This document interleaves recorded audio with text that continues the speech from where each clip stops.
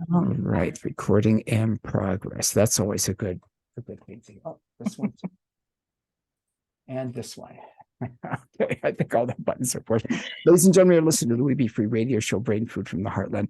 Delighted and thrilled to have returning to the show, Leanne Kale Sparks. Leanne, I love doing the gig with you.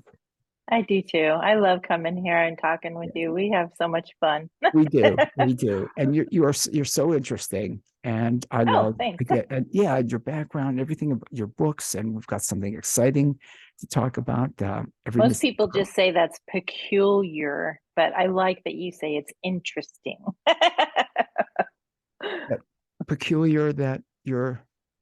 No, that I'm peculiar because of what I Well, see, write. maybe that's see because I'm peculiar, and Yeah, see, that's how we get along. that's why we get along. We find it interesting in each other. Others find it peculiar. It must be awful for them to be so incorrect and wrong when we are so accurate and correct. Yes, right? Yeah. That's what I'm going with. Plus, you know what I've got to say it. Kale. I Right? know, you know. I love kale. I love. Yep. I had. Oh God, I found some very reasonably priced. They call it a dark. It was like a reddish, dark, organic kale, and I Mhm. went wild because it was so reasonable. It was like sale. I guess other people were buying Yay. it, and I loaded it up. And I'm sure I've shared with you my friend, attorney William Marler, who is one of the premier food poisoning lawyers, not only in the United States and the world. Back to the Jack in the Box case. They've got a Netflix movie coming out about him. And he would always tell me, he said it on the show, so I can quote him, normal people don't eat kale. And I said it, and your point, Bill? He says, normal Yeah. people, he said, you do, but normal We people. we And that's know. another, yeah. So I always, I love that. I love the name kale. So, okay, I'm sorry. I'm going That's okay. a little bit about you and your background for new listeners. Oh wow. So I went to law school late in life, graduated and did some criminal defense work for a while, along with some other stuff like family law and icky stuff like that. Then I married the military. So my husband was in the Navy and we moved around a lot. And so I decided one day I didn't want to take any more bar exams. And so I said, I think I'm going to become a writer. And he said, okay. I And love it. that's just Well, how been it. I wonderful. know Forgive me for interrupting. How wonderful your husband. he Okay, is. we'll do that, He's right? he's wonderful. I couldn't have asked for, well, I did ask, but I received, and that's odd. So yeah, he's a great guy, and he's never once told me to go out and get a real job, and You have even one. Yeah. through the very lean years, there was never this, well, maybe you should actually find a job that pays something instead of one that does not.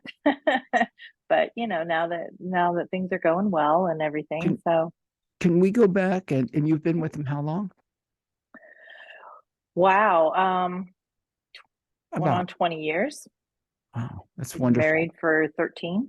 Oh, So that's beautiful. See if he'll do the yeah, gig with me sometime. I would love to have you both on. Talk absolutely. about your Yeah, love he story. would. If he's up for it. If he's up for it. Oh, yeah, he's always, And again, he's used to me dragging him into things. Come on. I used to post pictures of him with books in his military uniform, because if you put a guy in a military uniform or dogs in a post, people go nuts. So I'm like, come here, take a picture. and yeah, with any animal, right? I mean, Yeah, animals do. Yeah, yeah. That's yeah. I always So get distracted if there's animals and something, and it's not supposed to be about the animal itself or yeah, whatever. right. And I also, I've got a hashtag Kale Sparks. Like I'm going to tell Bill Marler, Kale Sparks, man, Kale Sparks. So I just sorry, I'm going on. Tim Jugenheimer. I want to say good morning to my friend Tim Jugenheimer. And Tim, somebody's going to do a kale beer. Someone's going to do a kale. I may be the only one that won't Ooh, drink it. You would, right? I would. Yeah. I would drink it. And I would love that. I'm up for anything at least once. Yeah. So I love that. So again, it's shifting for you. What was that like from taking exams, law exams, and it wasn't studying right? Well, I mean, yeah, if he hadn't been moving around so much because the Navy was moving him every 2 years, and I never got established enough where I didn't have to go to, didn't have to take the bar exam where we moved, and he moved to places without reciprocity. So, it was just it was a different sort of, now I can take what I learned during that time in my life and put it into books, and I can manipulate it however I want. So, I can take people that were really bad and maybe give them sort of a softer edge or something that makes them redeemable, or I can take something that wasn't that big of a deal and blow it sky high and manipulate it how I want. So it's an interesting Right. story. So I mean, it harkens back to my younger days of when I was always reading, and I never wrote when I was young, but I would make like picture stories. Like I would write out little stories and draw pictures with them. They were horrible, but the pictures were, because I'm not an artist. My daughters are artists, but I am not. But so it was a lot of fun being able to just kind of switch brains a little bit, but still touch that side of my life that I really did enjoy, which was law and um, being inside the criminal justice system. Yeah. And looking inside the criminal mind, correct? Yeah. Oh, it's a scary place, but it's an interesting place. And I'd like to say that the things that I write about could never really happen in real life. And the shocking part of it is that I think my me and other thriller writers that write about serial killers or just bad people in general, I think that we only touch on a part of it. I mean, I think it could go so much um, crazier and scarier inside the mind of some of these people who just don't think that what they're doing is bad, or they know that it's bad and they just don't care. And they just can't control or refuse to try and control urges to kill. They just kind of accept it.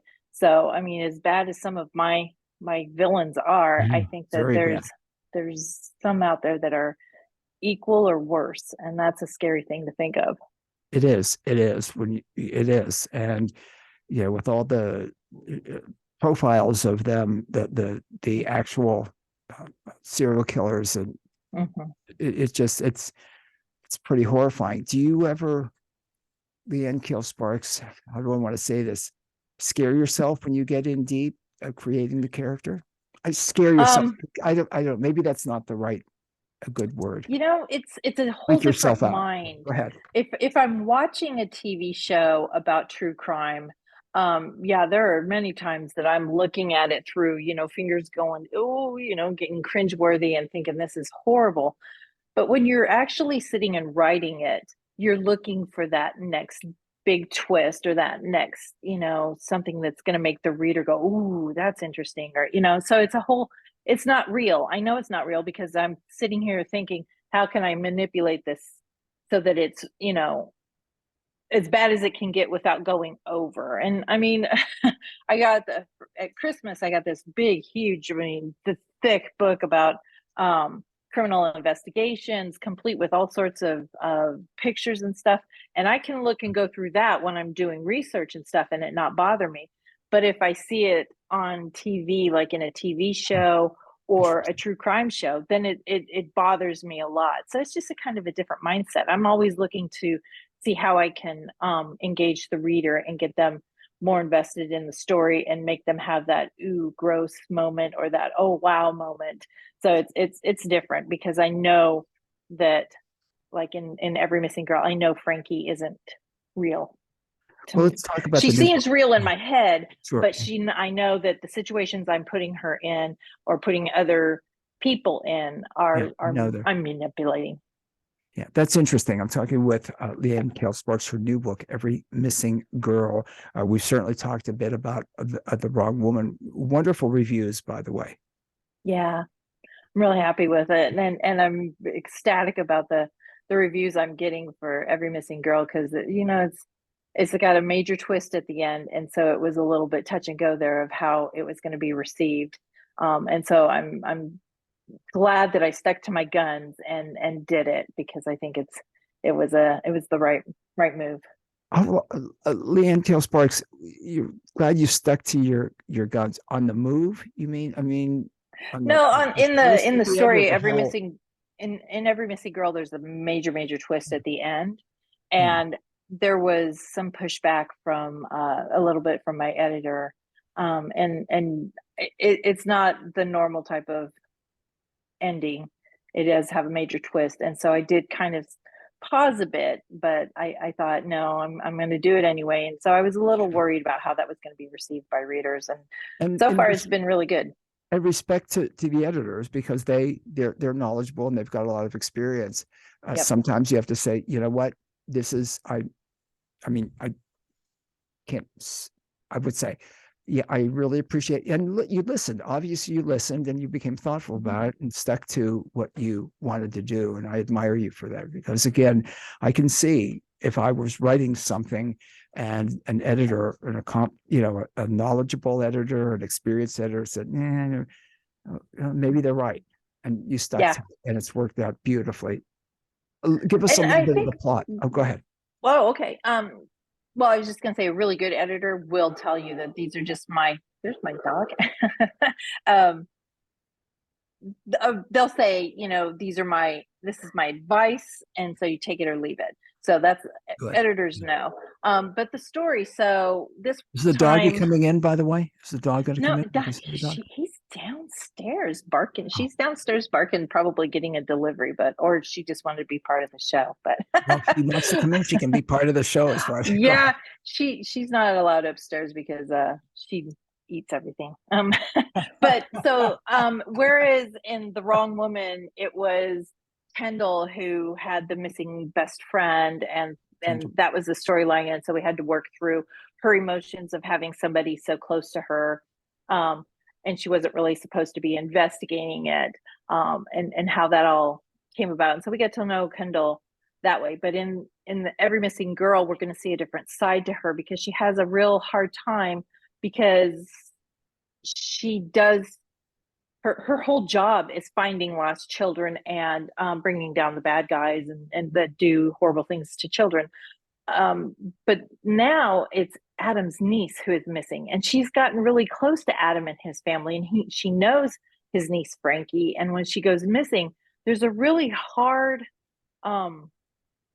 It's really difficult for her to keep the professional side completely professional, while investigating the missing child that is her basically her best friend's niece, um, and trying to keep Adam from going off the rails and keep him kind of, hey, if you're going to be involved in this at all, you need to, you know, you can't, she's not your niece. If you're going to investigate this, she can't be your niece. And so she has kind of this three-way struggle within her to, she can't completely go off the rails because it's, somebody personal. She has to keep it professional.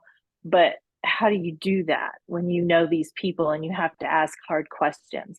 And then, and I think we get to know a little bit more about her and a little bit more about Adam in this book, which is always a lot of fun. So For new listeners, Kendall Beck. Tell us about the character. Kendall Beck, oh wow, she's an FBI agent within the Crimes Against Children unit of the FBI. She goes after sex traffickers and missing children on all levels. And she loves her job. That in Every Missing Girl, she makes a comment that she's not going to have kids, but she feels a connection to the children that she saves or doesn't save. So she kind of has that. She doesn't need to have that in her life. She's not that, she doesn't really have that maternal instinct, but she does have her kids that she saves, or that she's trying to help. And so it's nice. She's a bit sarcastic. I'm not sure where that comes from. Not you. Yeah, not me at Like all. I'm never sarcastic. Um, you can ask my husband. um, but she's very strong. She's a bit of a hothead sometimes. So within the FBI, that can cause a little trouble for her. And and I think that the people around her understand her enough to know what they need to do to help her and where they need to step in and things like that. So I really think it's a great book for digging in a little bit more into Kendall and who she is. I love her. I have such a good time writing her. She's just the conversations that her and Adam have are just some of my favorite. I'm completely biased, but still, it's just a lot of fun. Well, and it sparks from you. It's Sparks. See now, Leanne Kale See? Sparks. But it comes from you, and the characters develop. More I've learned about develop, I'd say on their own. They're in your Yeah. a little bit Well, I about will that say creative that process. a lot of not the actual conversations, of course, because I'm not, an FBI agent or anything, but a lot of the types of back and forth that happen do come from an easy source of my husband and I. That's kind of the banter we have back and forth. A lot of the times it's very, funny and sometimes inappropriate. But I think that I really like being able to show that side because it is such a heavy subject that I do think that it, you need to have those light moments. And I think that that's where Kendall's character really has that ability to lighten the mood sometimes. And I think it's true to life that I can remember being in the public defender's office, and sometimes there were things that happened that, you just had this very macabre kind of humor amongst everybody in the office and never left the office because nobody would ever understand and they'd be horrified. But that's kind of like a release valve. And I've heard that that's the same with law enforcement, that you have to have that bit of a release. So I love writing that part of Kendall and giving her that kind of a personality and that way of kind of releasing tension in very tense and sad situations. That's She's a lot of fun. it's wonderful. Again, I'll never forget a wonderful novelist, Gary Morgenstein, telling me once years ago on the show, he said, the characters will say to me, "I wouldn't do that." And and you have similar, right? I mean, you've developed them so brilliantly and so completely that Thank you. kind of, It was funny because in this book there was a lot of the things that happened that ended up being in the final that got published that didn't really come out until late in the writing. So I got through, I knew I have an outline and I kind of know where I'm going with it, but then sometimes a lot of the little sub stories and the red herrings and things like that just kind of materialized. And in writing it's fun, but it can also be it's exhausting too, because sometimes you take these little right turns and you go down, and sometimes they can end up being brilliant and other times they can end up being a rabbit hole that you then have to pull yourself out of. But when those lines go off and they're great, it's one of those most exhilarating moments that you can have it writing, because it's like, oh, this is so good. do you ever say to hubby, check this out, or what do you think of this? Or Yeah, there's a lot of times that if I'm really proud of something that I've written, that I'll read it to him. Or I have my eldest daughter is getting a PhD in creative writing, so I always run stuff by her. And my youngest daughter is actually she works with a lot of authors, so I run stuff by her. She's a big thriller reader, so that helps a lot too. So yeah, I make the rounds, and if they laugh, and if they, especially my daughter that's getting the PhD because she doesn't that's read wonderful. thrillers, if What does she she read? What laughs does she at like it. to read? Well, she does more non nonfiction, creative nonfiction, memoirs, things like that. So she's more into that, which is great because I don't want to have to compete with her. She's an awesome writer. I don't have to compete with her. Send So her my way sometime. I'd love to talk with her. she's Seriously. awesome. She's great. She's great. We have a lot of fun. It gets so running it by, and then when you get that, especially from someone that's not reading that genre, that's got to be wonderful. We'll talk a little bit about the reviews, the early reviews for Every Missing Girl. What can you tell us? Yeah, they've been, like I said, I was worried about that vinyl twist, and it's just gotten wonderful reviews. I'm humbled by it's always so much fun to realize that what you've written and how you wrote it and what you hoped would be expressed through your words actually came across that way. So it's just been awesome. I've gotten so many messages on like Facebook and Instagram of people that have enjoyed the book. A lot of people picked up Every Missing Girl and read it and now they're going back to read The Wrong Woman. So that was nice that it was sort of a standalone. It's all the same characters, but you can read it as a standalone. There's not stuff in the first book that you have to know for the second book. So that's been nice. And so, it's kind of, I'm getting a lot more reviews on The Wrong Woman now too, that they've been introduced to Kendall and then they go back and read some more. And so that's wonderful. It's been fun. It's been a lot of fun. Leanne Kale Sparks, that's got to be wonderful when you know that when you've got the new book out and then people are so intrigued and love it so much, they say, what else? And then they I don't want to say the old book, the previous, they go to The Wrong Woman and read that. Yeah. And sometimes I'll get a lot of reviews that will say, I love The Wrong Woman and now Kendall Beck is back and better than ever. And it's just like, it's really fun and it's exciting and it helps authors to want to keep continuing what they're doing because it's an affirmation of sorts that, okay, so I'm not the only one that saw this and thought it was good. There's a bunch of people that also read it and thought it was good. And now I'm starting to get, kind of a following of, okay, what's coming next and things like that. And so that's kind of fun when people want the next book right away or want anything else that you've written. That's kind of that's exciting too. That's fun. Ladies and gentlemen, I am talking with Leanne Kale Sparks, leannekaleSparks.com. Of course, we've got links up at louisfreeshow.com, louisbfree.com, and wfmj.com. Did I get them all? I think. But just go directly to Leanne, Leanne, Kale Sparks.com for more information.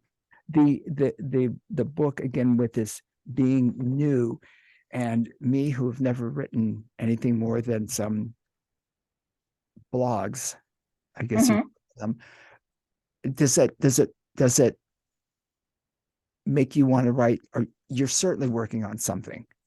Let me just say it like that. I have a lot of different ideas that I'm mulling over now, and thinking about where things are going to be going next. We're still figuring out what's going to happen with Kendall Beck. As much as I love Kendall, I'd like to there's some other characters that have been knocking on my little inner brain's door saying we want some equal time. So I've been kind of thinking about some of those storylines and where I could go with them and how to. I don't want to make a repeat of Kendall because Kendall is Kendall, but some of the aspects of Kendall I love, and like you said, it's a part of me, and so I think that there's still going to be even in other characters, I think there's still going to be some of that internal kind of snarky sarcasm. So wherever that comes from.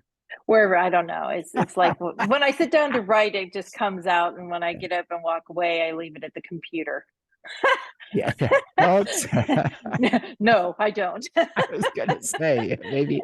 Yeah. Okay. I wish. Okay. It's so much fun But to I think talk with. my husband would be bored with me if I didn't do that. So Have a little I wasn't. sarcasm. Why not? Yeah, yeah, Right? Why yeah. not? Life's Well, too why not? short.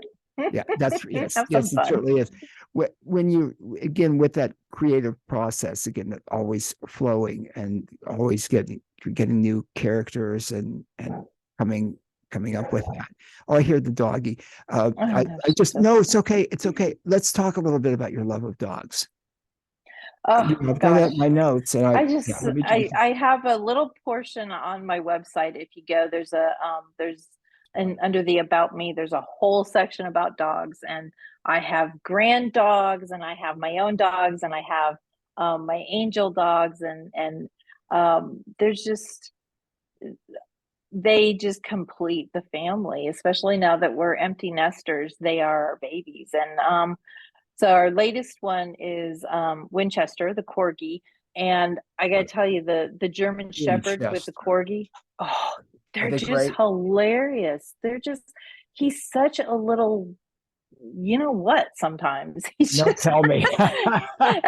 he has, poor Zoe, the German Shepherd. She'll just be minding her own business, laying out, sunning in the backyard, and all of a sudden you see this flying corgi come through the air and pounce on her. And it was just he Oh, was that's just great. exactly what she needed. She was kind of high strung, and because she's only 2, she's going on to 3 years old, but she was still kind of a puppy. And with my husband and I both working from home, it wasn't always possible for one or the other of us to be outside playing in the backyard.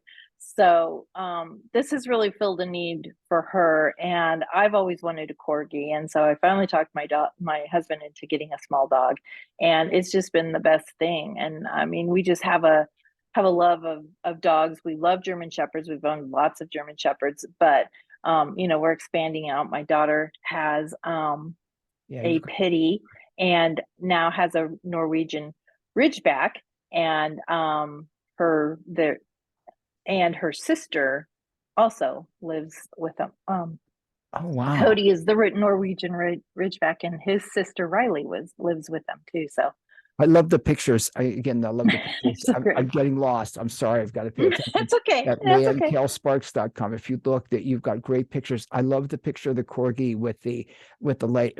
I call them hippie glasses, the round sunglasses. That was his I love, Halloween and costume. the two of them together. The two of them together.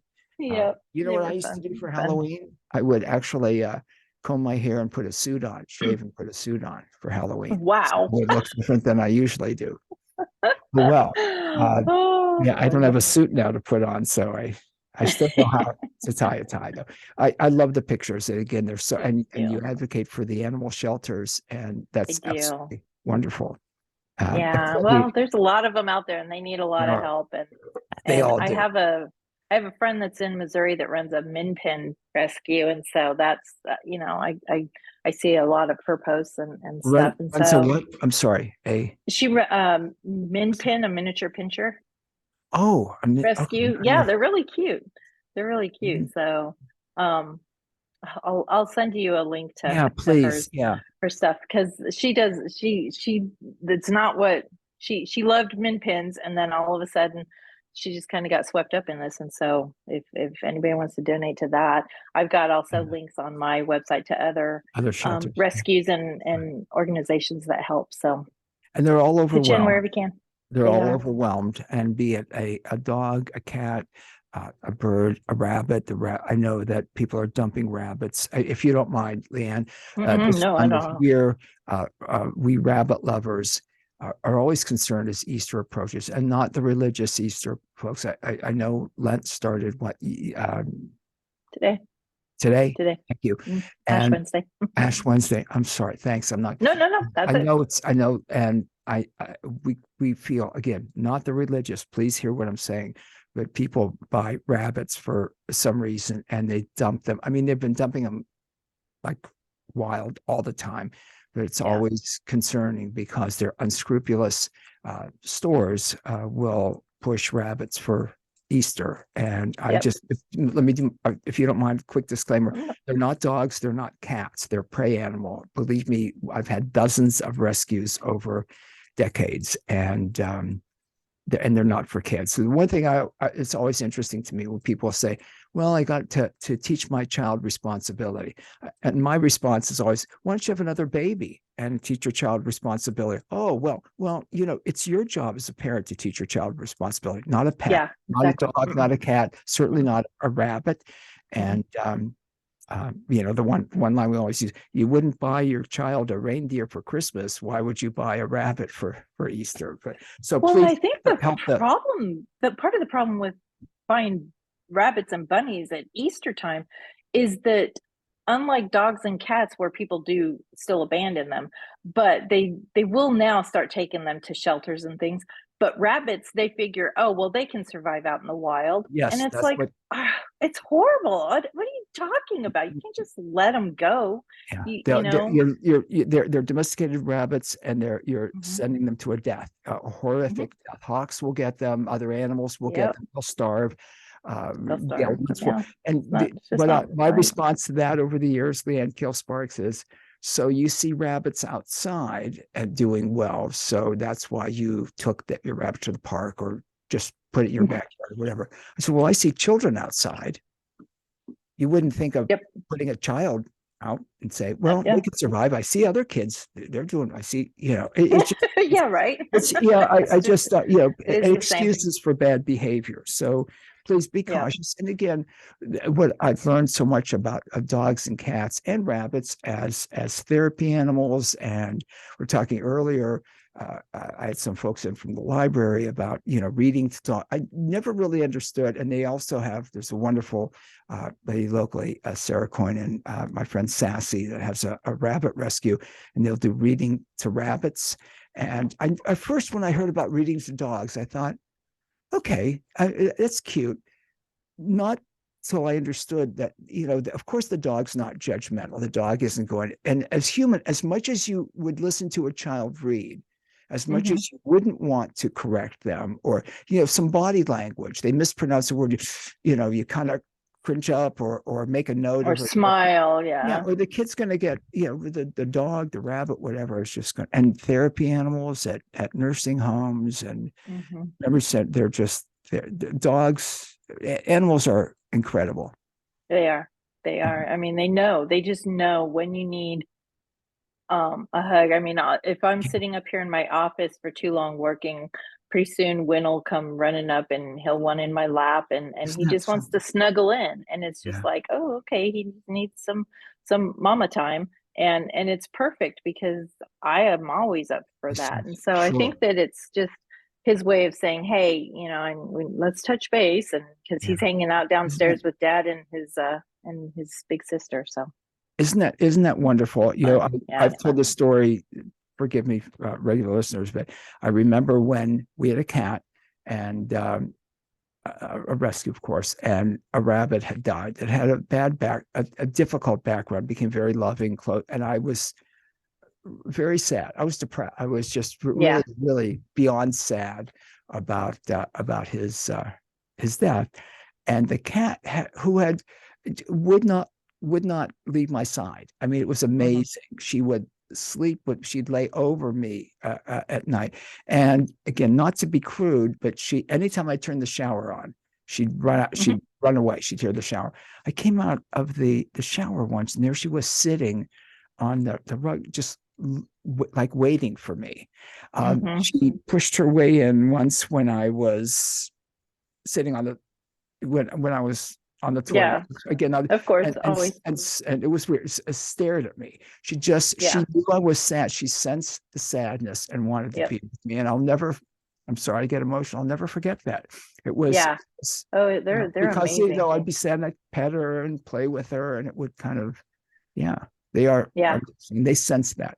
They sense Yep, that. they do. And they react. I mean, they sense it and react. And Yeah. for, especially for cats that have the reputation of being, I'll come to you when I want to come to you and give you love when they're the same. I mean, they can sense it too, and they don't want their humans to go through that. And so It's amazing. It's amazing how that works. And I love how you have the pictures at leannekalesparks.com and all the pictures, and again links to the rescues. And again, I had never heard of a min pin, a miniature Yeah. pincher. I Min get pin. that min Yep. pin. I'm thinking, what is she saying? What is she? What am I not hearing that? I'm talking. I'm talking with Leanne Kale Sparks, newly released Every Missing Girl, and of course, you also are going to love. Which, regardless, if you've read The Wrong Woman, of course, you got to read Every Missing Girl. And if you read Every Missing Girl, you're going to want The Wrong Woman. And I love the fact that the early reviews are coming in so strong for you, as they should. It's got to be very gratifying, because once you put a book out there, it's like there. And I have a friend that just wrote a nonfiction book, and it's like, what is it like? You're turning it over to a publisher and saying, okay, it's out of my hands now. I mean, that's got to be that's scary. really scary. Yeah, scary. It's scary. Right? It's scary. The whole system is scary, but especially when it's finally release day and you have readers, and you want it to go well, and it's just the scariest thing. And I know a lot of writers who have many books, like 50, 60 books out, and they're still, every release day, it's still nerve-wracking of how it's going to be received, because you can't ever sit back on your laurels, because you walk into any Barnes and Noble or any other bookstore in the United States, you go to the mystery and thriller section, and there are just tons of authors that you never hear of at all. And so, you're just one step away from you can't just, well, my last book did really good, so of course this one will do good too. Because I've seen it a lot where people will be like, oh, I love this book, but this book was horrible. Or, she is a must read author of mine. I've read her whole series of, 20 some books, but this one, I don't know, she just went off the deep end on this one. And so you never can sit. But also I think that I don't want to sound mean, but sometimes when those big authors, when they get like a bad review, it's kind of like, oh, good. So it does really happen to everybody. Because, they always say, well, that always happens to everybody. You can't, nobody likes every book and stuff like that. And it's not like it's like you're happy that they got a bad review, but it is sometimes on some level, you're like, oh, thank God. It is happening to somebody other than just me. They don't just, because sadly we're human, and you can get 50 5-star reviews, but man, it's that one or 2-star review that said, ew, I didn't really like this book, that is just going to stick with you. And you're like, I suck. I'm horrible. I should never write again. And so you kind of have to put it into perspective. And so it's nice to hear other authors talk about, and we all share sometimes some of the funnier ones that people say. And it's just like, it helps us to all get through, because not everybody's going to like what you read or what you write, and that's just the way it is. We don't want everybody to love everything, because that'd be boring.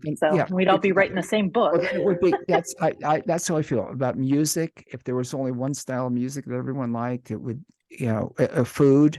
I love to cook. Yep. Spices, all different. So, and I agree with you. I was just reading Leanne Kale Sparks. Are you good time wise, by the way? Yeah, I'm good. I was just reading recently how many books are published a year, and it was just overwhelming, with self-publishing now, and the ease of doing it through different way, just self-publishing. You have hybrid publishers, you have traditional publishers. There's just, and they're coming, the people and writers are really able. I'm not one of them. I don't write fast, but there are some writers that can just write and release 3, 4, 5 books a year, and still come up with great great storylines and great twists and things. So what I will say is, on the order of nobody, we don't all want to write the same thing. I do think read the descriptions of books, because like my books, I'm realistic. I don't think I go over the edge. I do talk about child trafficking, and sex trafficking. I don't get graphic about those things.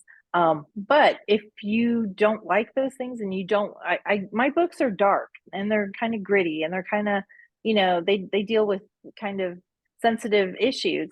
I do try and put a little bit of humor in there to break it up. But if you don't like that, then don't read it. A lot of times people, I think that they just buy up whatever genre they're into, and sometimes so. I mean, there's that. There's, if you don't like some certain things, but it's good because a lot of people, I'm perfectly fine if people don't like that and they'd rather read something, lighter and not as dark. I think they're kind of getting hard to find today in thrillers and mysteries because we're all kind of trying to, make the next big twist and even bigger aha moment. But you have to play the game of not going overboard, and that's a hard thing to do sometimes. Yeah, because it is a subject. When you say that about it's, and I, again, no filter between my brain and my mouth. I was thinking about dogs. Even if dog and graphic violence, etc. I don't like to see graphic violence in movies. And but the one thing that really gets me, I know it's a movie. And I know it's not real. And if they're going to if I see them, they're going to kill the dog, even though I know it's not real, even though I know that the dog's okay, that's a movie. It's it's fiction. It's like, they can kill 20 humans and it's like, oh, yeah. It's like, I'm with you. Dog. They kill a dog, a horse, a cat, anything. Yeah. But I remember in one film, I can't remember the film, I thought they're going to kill the dog. I'm done. I stopped. The movie, and it was close to the end. I didn't want to. It's weird. That's weird. Yeah, so kill the humans. It is weird. Again, I know they're not killing the humans, and I know they're not killing the dog. I just don't want to see. It's just that I don't want to see it either. I don't either. Yeah. I watched. I can't remember what the show was, but there was somebody that was going through town and just shoot the dogs and the horses, and I'm like, why? Why was that necessary? That does. I get you want to portray that these people have no feelings, but go on a shooting rampage and kill all the people you want. You leave the dogs and the horses and the other animals alone. So I'm with you. I'm like, I'll turn off TV shows in a heartbeat if they kill a dog. I'm like, done. Don't even care how good it is. They're going to do it. I don't want to see it. Even I don't want the image, even though the other stuff is so horrible. The availability of the book. Let's talk a little bit about Every Missing Girl. You can get it anywhere. It's at Barnes and Noble. It's on Amazon. It's Kobo, Apple. The easiest way to figure out where you want to get it from is to go to my website, leannkalesparks.com. There's a section there for books, and all the links are magically there. And if you just want to read some reviews, there's a good link there, so you can go and read reviews before. But yeah, it's pretty one-stop shopping off of my website. So whatever platform you like to use, it's there and pretty easy to get. Yeah, and wonderful, and gift it to people. Yeah, gift it. Get to yeah. Give it away. 'Tis the season. I mean, I just have to, it's always this season, right? I do want to mention one thing. When you mentioned that about reviews that aren't, I'm not going to say that aren't as positive as you would like, as they should. I'll say as they should be, because I know you're an amazing writer. I feel today that there seems to be the need, maybe beyond today. I mean, maybe beyond, it was years ago also, the need for people to pick at something or be negative. And that critic that has never written anything is going to critique your book. It just seems there seems to be a need. Yeah, I don't like. Yeah, I don't get that. I'm from that generation. If you don't have something nice to say, don't say it. Right. I could read a book and not be that fond of it. Am I going to go write a negative review of it? I don't know. I think some people well, just so do it, and I think some people do it whether they feel that way or not, just to do it these days. I I think don't know. I think especially with social media the way it is, and you get a lot of with the new the new thing is book talkers and bookstagrammers and things like that, and you're definitely, What you do you have say? more What are you calling it? access. I'm sorry. What are you calling it? It's on TikTok it's called book talkers, and on Instagram it's called bookstagrammers, and they're just people that go on and talk books, and they make recommendations, or they will tell you when they don't like a book.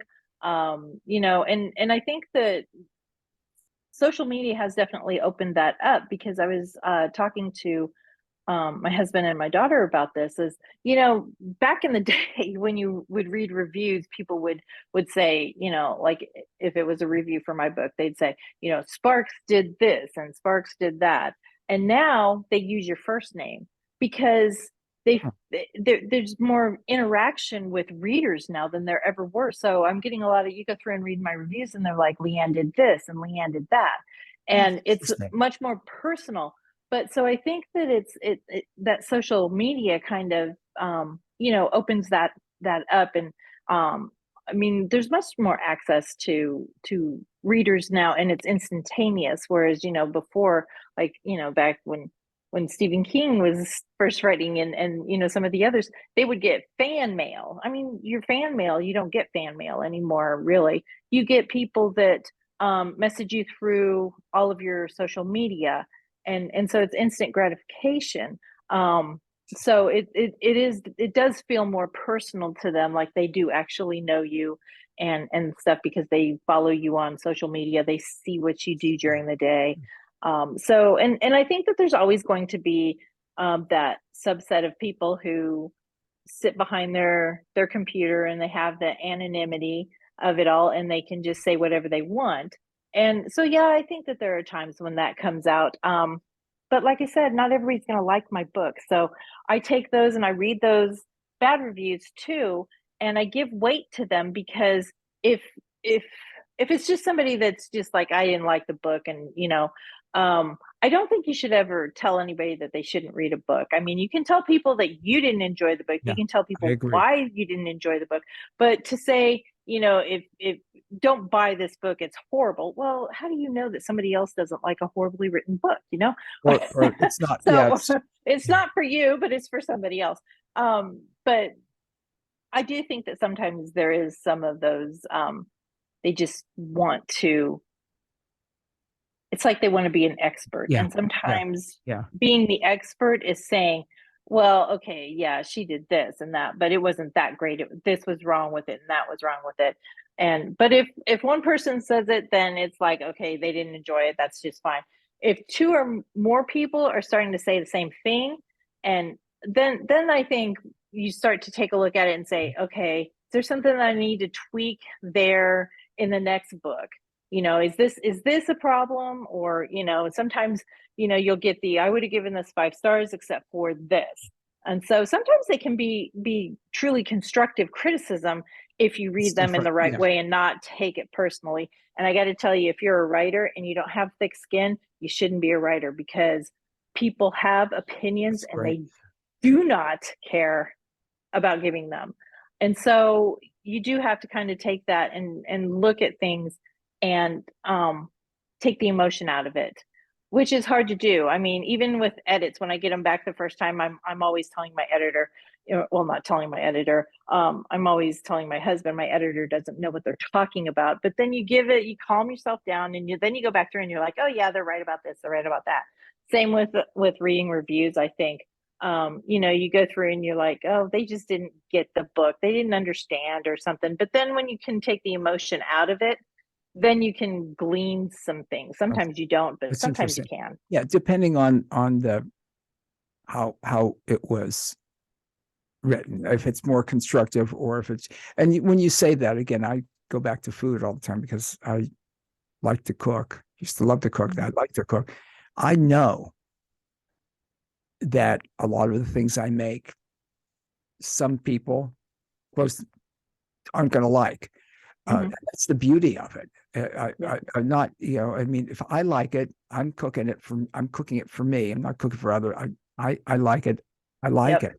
I see someone, oh, it's too spicy, or I didn't like, yeah. And I get that. Or, next time maybe you should, I don't mind constructive. So yeah, I hate that, just that's Yeah. the negative thing. And the Wasn't for beauty of me. it is that's what I like about books and food and music. It's not, the music I listen to isn't for everyone, but I love when someone suggests something and I listen to it, or I read it, or I try a recipe. And it's like, oh yeah, I really like that. What else can I find in that? And that's the beauty. This idea of going on and just being negative. I don't want to, yeah. See, now I'm being focusing on it. Yeah. There's too much of that these days. And it's good. You just don't need to, there's just no room, I don't think, for the personal attack. And so, you can be constructive. You can say you didn't like it. You can say why you didn't like it.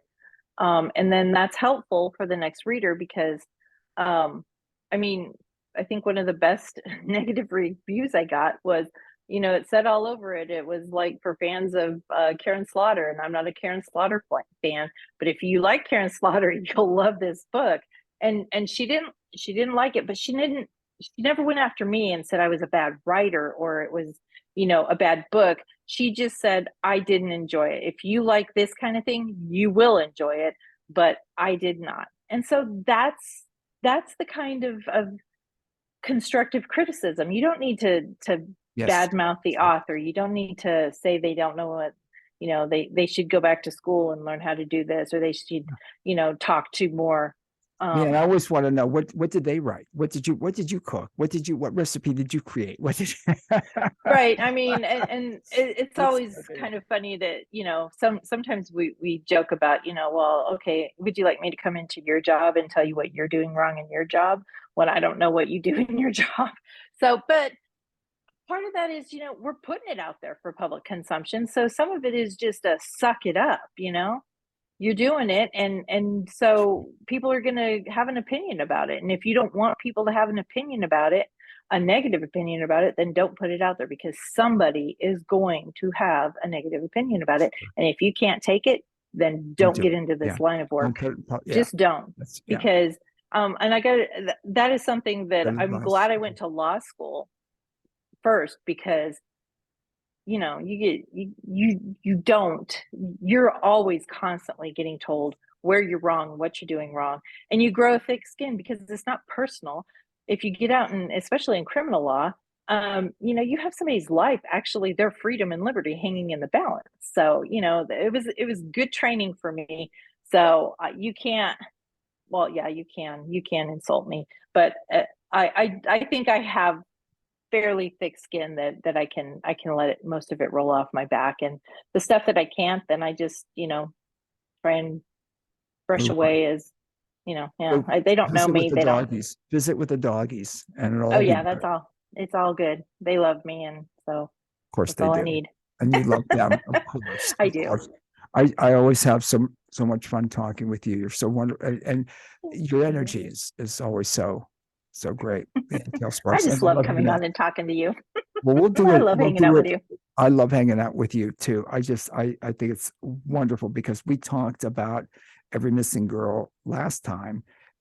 We also talked about The Wrong Woman numerous times, and now that it's out and getting these just wonderful reviews, and it's got to be very gratifying for you. And the fact that you put your stuff out in the world again, that's wonderful. That's courageous. It is. It's fun. To write something, I don't even want to draw a comparison, but I know sometimes I'd write a blog and it'd be like, I don't know. And just something small like that. And you're putting it out for public consumption. It doesn't matter. You're creating character. I'm in awe of that. Sure, sometimes it's amazing that it actually gets done and enough to get published. So I just the idea of that again, to bust myself, years and years ago, I probably said this to you. I know I've said it probably too many times on the show. I was always a nonfiction reader. I do remember I was rereading a novel that I read 30 some years ago that I was really taken by, and I thought, I wonder if it's still that. I still have the book, and I thought was this as good as I thought it was? And I remember my early radio days being pitched a novelist, and I'm thinking, and I know this sounds horrible when I say this. Okay, what am I going to say? Tell me about the book. Tell me about the story you made up. And the more I've learned, I know I again, to bust myself. And again, I didn't think of it. I was just thinking, what do you ask? And I've learned you create worlds. Yes, nonfiction. Again, I'm not saying one better than the other. Mm-hmm. They're just Mm-hmm. different. Different. Someone's doing research on factual information or talking about theory. You're actually creating personalities. You're creating characters. You're creating a world. And that blows my mind. Yeah, I do. These two books are set in Denver, so I try to be as true to Denver as I can. I grew up in Colorado, so I do know about the area. I don't live in Denver, so I do a lot of research. I have some people that do running around for me and take pictures for me and things like that. But there's still, in Every Missing Girl, I went back to the same park, Berkeley Park, and I needed an ice rink, so I put an ice rink there, and so that's kind of fun. But I do like when I have more sort of play with making up towns. They can be based off of a town, or based off of 2 or 3 different towns. But if I go with the actual small town, then I do try to be true to it, because it's an actual place. So I like to make up my own towns so that I can have free range of where I want to put this and that and the other. And I think that's why I haven't written anything set in Colorado Springs, because that's where I was born and I grew up, and I just think it's really hard for me to sit there and go, well, okay, but if you needed to change something, I can't change anything. That's Colorado Springs. I don't change that. That's my hometown. I have to be true to that. So it's a little difficult to even think about doing anything there, which is kind of funny. But that's just the way I am. Maybe I will in a few years. I won't care about it, but right now it's just like, nah, I'm good. There's plenty of places in Colorado and across the world that I can write about.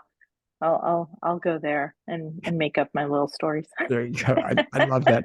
LeanneKaleSparks.com. Social media, minute about. All of it. I have Facebook, Instagram, TikTok.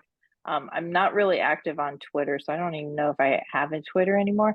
But yeah, I'm pretty active on all the other ones. I have a website.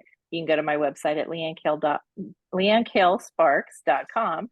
I have a newsletter now, so you can sign up for the newsletter there. I don't send out, a newsletter every week. I don't clog up inboxes or anything. But if there is something interesting that's going on with my books, or if I have a recommendation on somebody else's books, then I'll shoot out an email and let you know that, or just keeping you updated on the pups.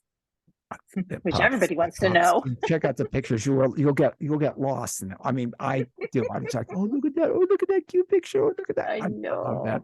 All of my pictures. All the pictures. Yeah, you've got to send me a picture of you with the doggies. I will. Email me or text me a picture of you. And let me know if I can post it or not. I will. No, you can right. post. Look at all my dog pictures. Yeah, I would love that. I want to thank our mutual friend Kim for connecting us again. Leanne Kale Sparks, LeanneKaleSparks.com. We've got to do it again. I love doing the gig with you. You're wonderful. Let me know. Ask Hubby. I will always be here. Ask Hubby. Yep. Come on. I want to tell the story while I'm still together enough to do it. Okay. I'll let him know. You let me know. All right. Thank you so much. Thank you. I love her and her work. Again, her energy is just